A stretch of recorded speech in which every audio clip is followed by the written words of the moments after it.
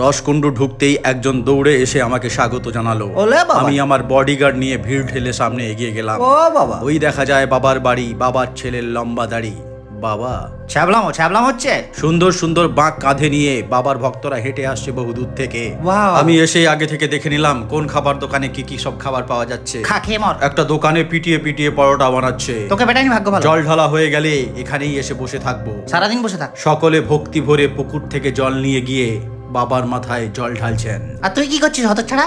কাজ কর। বাবার মন্দিরে আসলেই মন শান্ত ঠান্ডা হয়ে যায়। এটা ঠিক বলেছিস। ফুল বেলপাতা দিয়ে সবাই বাবাকে স্নান করাচ্ছে, পুজো দিচ্ছে। বাবা গো, ধূপের সুগন্ধিতে চারিদিকের পরিবেশ শুদ্ধ ও পবিত্র। শান্তি। আমি স্নান টান সেরে বাবার মাথায় জল ঢাললাম। ভালো। ছোটবেলায় বাবার মাথায় তেল মাখিয়ে বলতাম, দাও 10 টাকা।